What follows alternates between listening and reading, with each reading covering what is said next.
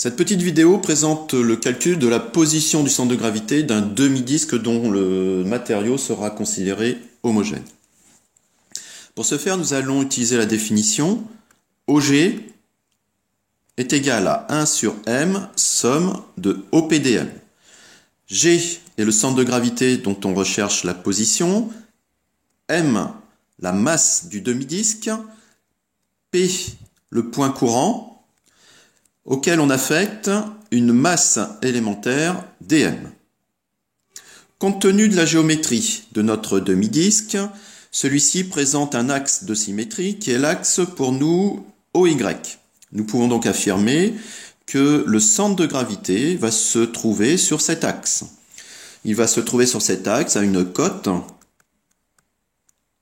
notée YG. L'expression de la cote YG découle de la définition et nous pourrons écrire que YG est égal à 1 sur M somme de YdM. D'autre part, nous savons que S, la surface du demi-disque, est égale à pi r carré sur 2. Aussi, la masse de ce demi-disque est égale à ρ fois sa surface, ρ étant la masse surfacique. Je vous rappelle qu'on néglige l'épaisseur du solide. Par conséquent, la cote du centre de gravité que l'on recherche sera égale à 1 sur S somme de Y ds.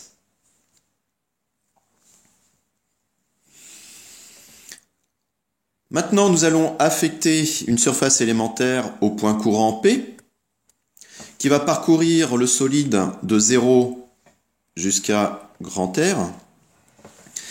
Nous allons choisir, compte tenu de la géométrie du demi-disque, une surface élémentaire rectangulaire, de hauteur dy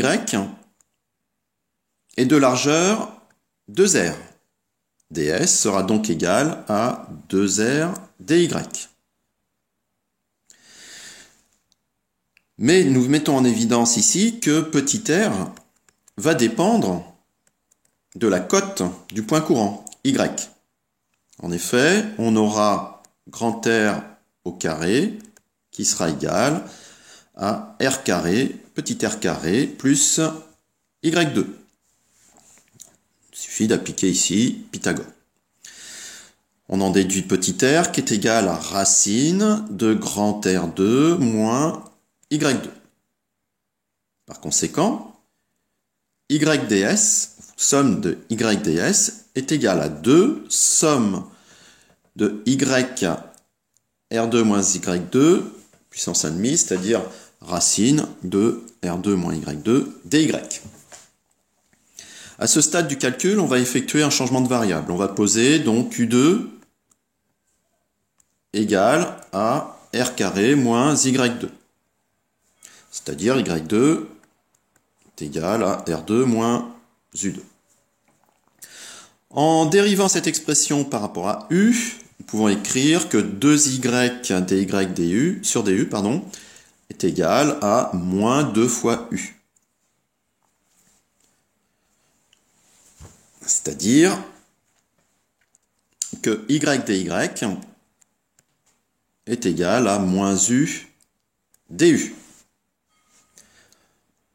En remplaçant dans l'intégrale, nous pouvons écrire que somme de y ds est égale à 2 somme de y racine de r2 moins y2 dy, c'est-à-dire 2 sommes de racine de u2 que multiplie moins u du.